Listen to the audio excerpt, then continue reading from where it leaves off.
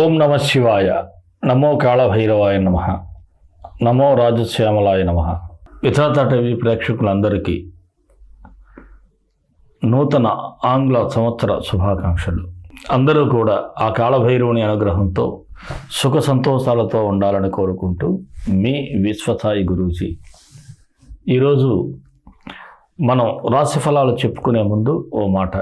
ప్రతి ఏడాది కూడా మనం కాళభైరవుని పుట్టినరోజు, అదే జయంతి మహోత్సవాలను ఘనంగా జరుపుకుంటున్నాం. ఈ ఏడాది కూడా మార్గశిర బహుళ అష్టమి జనవరి 4వ తేదీన వచ్చింది, గురువారం. ఆ రోజు మనం విశాఖపట్నం మేఘాద్రి నదీ తీరంలో ఈ కాళభైరవ జయంతి ఉత్సవాలను ఘనంగా జరుపుకోబోతున్నాం. కాళభైరవుడిని చాలామంది అనుకుంటారు ఎందుకు పూజించాలి అని. నేను ఈ విషయాన్ని ఒకరు నన్ను ఇంటర్వ్యూ చేస్తే, ఒక భైరవ భక్తుడు, నేను మన ఛానల్లోనే ఇంటర్వ్యూ అవ్వటం జరిగింది. ఆ లింక్ కూడా డిస్క్రిప్షన్లో ఇస్తాం. అసలు కాళభైరవుడు ఎందుకు అంటే, ఇక్కడ కూడా ఒక టూకీగా ఒక మాట చెప్తాను. ప్రతి మనిషికి టైం కలిసి రావాలి అంటారు. అలాగే కొంతమంది తెలివైన వారిని మంచి టైమింగ్ ఉన్నవాడు అంటారు. అంటే ఏమిటి? టైమింగ్ రెండు ఉంటేనే మనిషి సక్సెస్ కాగలడు. వారిని ఎవరూ కూడా ఆపలేరు. అలాగే ఆ టైమింగ్ రావాలంటే కాళభైరవుడే మనకి ఆ కాలానికి అధిపతి. శివకేశవులు ఇద్దరూ కూడా కాలానికి అధిపతిగా కాళభైరవుడినే నియమించారు.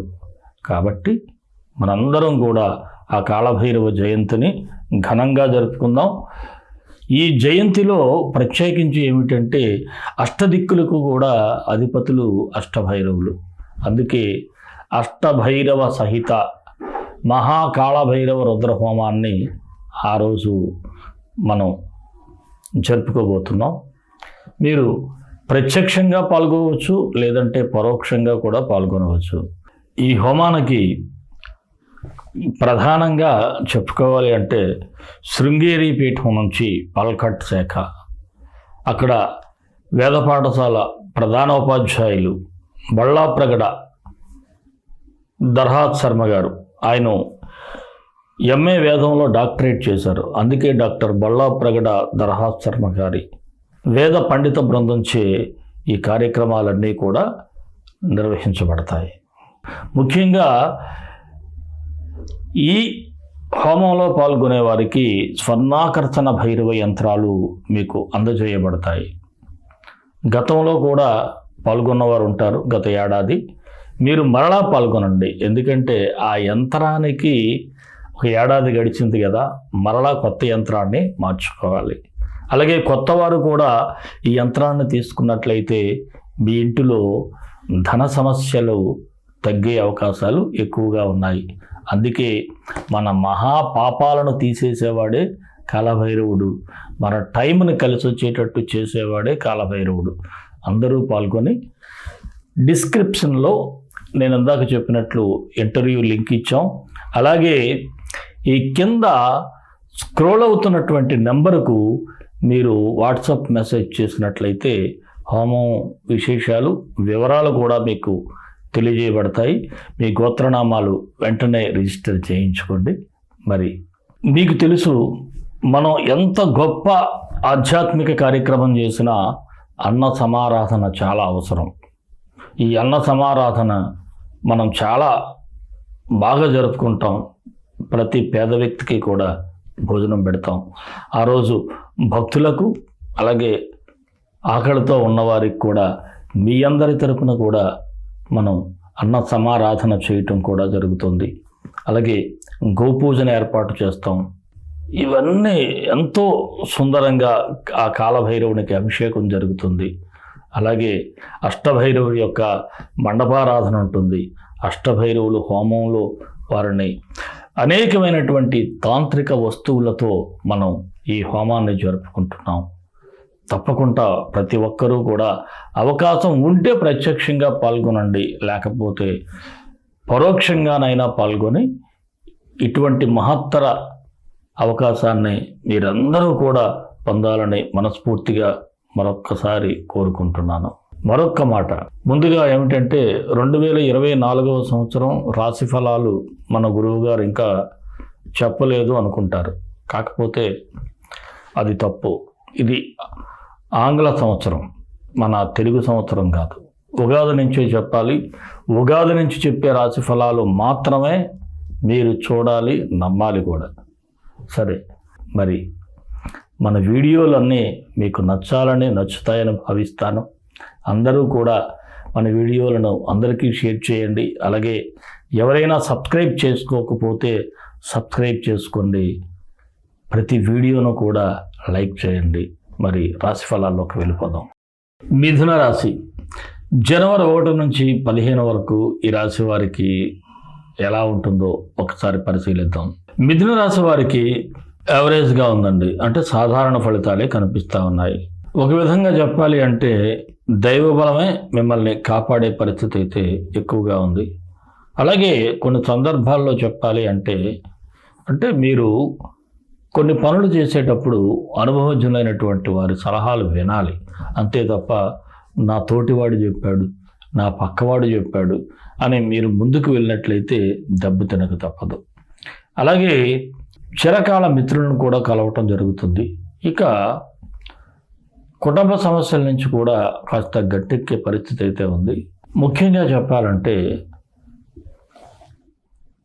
ఎవరైతే మిమ్మల్ని ఎంతవరకు ఇబ్బంది పెట్టారో, ఎవరైతే మీకు కనిపించకుండా గుప్త శత్రువులుగా ఉన్నారో వారిని కనిపెట్టడమే కాదు, వారి యొక్క బలహీనతలు కూడా తెలుసుకొని తిరిగి ఎదురు దెబ్బలు తీసేటువంటి పరిస్థితి కూడా మీరు చేస్తారు. ఎందుకంటే శత్రుశేషాన్ని ఎప్పుడూ ఉంచుకోవాలి అనుకోరు. అందువలన శత్రువును కూడా గట్టి స్ట్రోకే ఇస్తారు. ఇక కొన్ని ప్రయాణాలు చేస్తారు. అవి అంత అవసరం కాదేమో ఒక్కసారి ఆలోచించాలి. డబ్బు విలువ కూడా ఇక్కడ బాగా తెలుసుకుంటారు. ఎందుకంటే ఎక్కువగా ఖర్చు పెట్టేస్తూ ఉంటారు డబ్బు.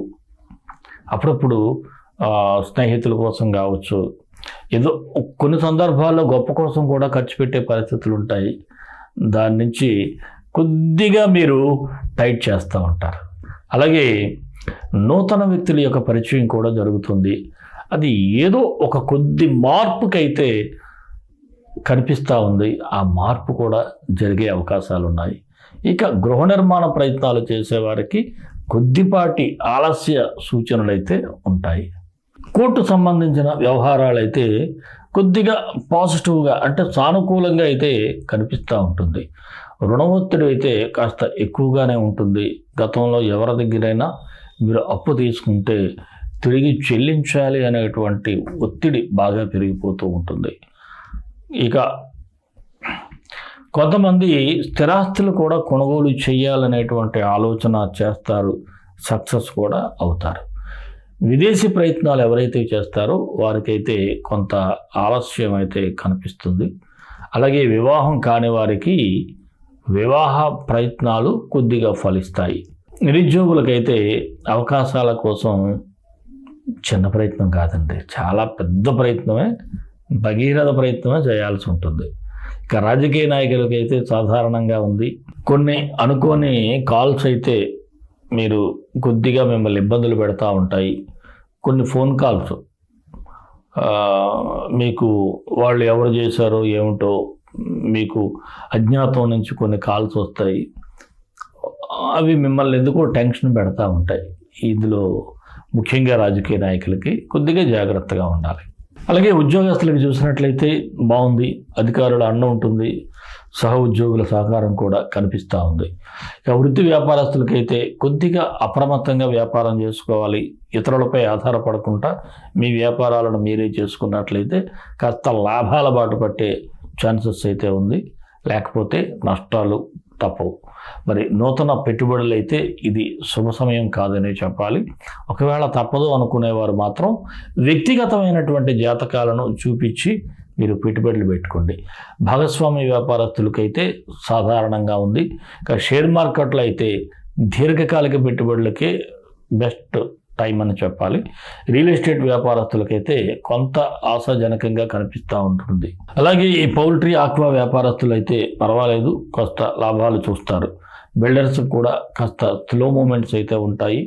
అలాగే చిరు వ్యాపారస్తులకు శ్రమకు తగిన ఫలితం ఉంటుంది. కళారంగంలో ఉన్నవారైతే అవకాశాల కోసం కొద్దిగా గట్టి ప్రయత్నాలు చేయాలి. మరి ఈ రాశి మహిళల గురించి చూసినట్లయితే మీకైతే మిశ్రమ ఫలితాలే కనిపిస్తూ ఉన్నాయి. అన్ని విషయాలు చూసినట్లయితే అనుకూలంగా ఉన్నా కొంత నిరాశ అయితే ఉంటుంది, కొంత అసంతృప్తి కూడా మీకు ఉంటుంది. అలాగే కొంత మానసిక ఒత్తిడికి కూడా గురయ్యే పరిస్థితులు కూడా మహిళలకు ఎక్కువగా ఉన్నాయి. కాస్త ఆరోగ్యం పట్ల కూడా శ్రద్ధ వహించాలి. అతిగా అలసట చెందడం అంత మంచిది కాదు. విద్యార్థులకు మీలో ఒక రకమైనటువంటి ఇన్ఫీరియారిటీ కాంప్లెక్స్ కనిపిస్తుంది. అది పోయినట్లయితే మీకు అంత బాగానే ఉంటుంది. సక్సెస్ కూడా చూస్తారు. ఆరోగ్యపరంగా ఈ రాశివారు కాస్త శ్రద్ధ వహించాలి. అలాగే లాంగ్ టర్మ్ డిసీజెస్ అంటే దీర్ఘకాలిక వ్యాధులు ఉన్నవారైతే ఇంకా జాగ్రత్తగా ఉండాల్సినటువంటి సమయం. ప్రేమికులైతే సాధారణ ఫలితాలే ఉన్నాయి, యావరేజ్గా ఉంటుంది ఎప్పట్లాగే. అలాగే ఈ రాశి వారికి అనుకూలమైనటువంటి తేదీలు 1, 8, 10, 16. కొద్దిగా జాగ్రత్తగా ఉండాల్సిన తేదీలు 3, 5, 12, 14. మరి ఈ మిథున రాశి వారికి మరిన్ని మంచి ఫలితాల కోసం విశ్వగురు సక్సెస్ మంత్రాలు పఠించండి, విషయాలు సాధించండి.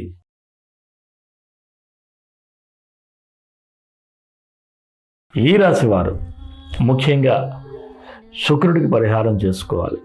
శుక్రగ్రహానికి మీరు ఎంత బాగా అనుకూలంగా మీరు వేడుకుంటే అంత బాగుంటుంది. శుక్రగ్రహానికి ఓం సుం శుక్రాయ నమః, ఓం సుం శుక్రాయ నమః ఈ మంత్రాన్ని ప్రతినిత్యం కూడా 18 సార్లు ఉదయం సాయంత్రం చదువుకోండి.